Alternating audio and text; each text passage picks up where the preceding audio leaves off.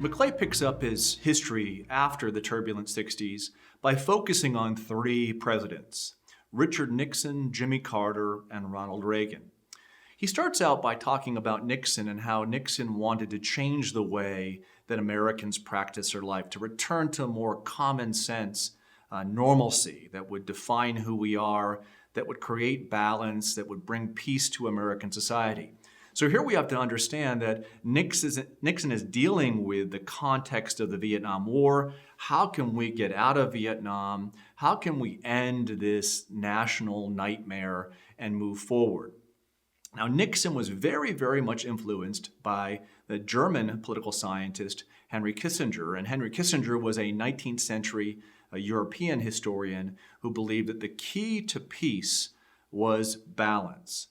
Stop thinking about the world moralistically. Stop taking into account your aspirations of justice. Kissinger might have argued that that's what got us into Vietnam in the first place. Yes, if you want to counter communism, that's one thing. But don't try to create a world that replicates who you are. Don't try to take your national aspirations and export them abroad. Work in the world as a chess player. Work in the world as a balancer of power. And when you do so, you may not be overly moralistic, you may not make the world more just, but at least you can create a balance that is satisfactory for the people in your society. Well, Nixon, heeding these words, heeding these ideas of amoralism, retreats from Vietnam and tends to the shop in D.C. and maintaining power and creating a Republican majority. He in many ways gives in on economic fronts to a variety of different extensions of the Great Society program. But at the end of the day, his amoralism will also trip him up. We have Watergate. We have a scandal in which, in going through the Democratic National Office and being part of a scheme to rig the election, Nixon undoes all of his efforts. What's the lesson here? To practice amoralism may work to some degree in world politics, but at the end of the day, your character matters.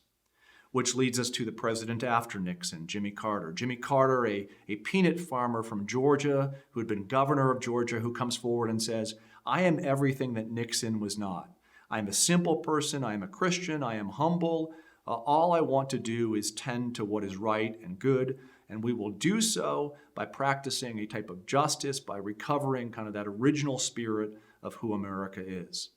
But Carter falls upon hard times. He's unable to overcome, through his policies, the economic inflation of the day. He's unable to overcome stagnation. He's unable to overcome the foreign policy abroad as the Soviet Union invades Afghanistan. One after another issues, Carter is found to not be up to the challenge, and most importantly, not up to the challenge of restoring a sense of morale within the American people.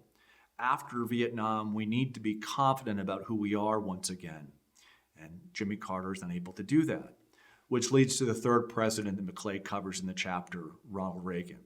Why is Reagan special, according to McClay? Reagan had the ability to inspire. He had the ability to telegraph confidence to other Americans. This morale, this hope, almost like the political equivalent of a Rocky movie, where we're fighting, we're getting better, we're struggling to move on after Vietnam, where we can create morning again in America.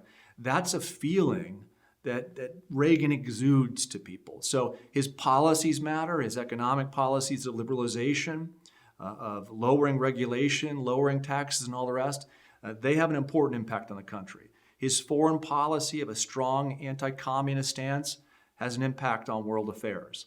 But at the end of the day, what made Reagan special was his ability to communicate a sense of hope and aspiration to a country that is defined by its hope and aspiration.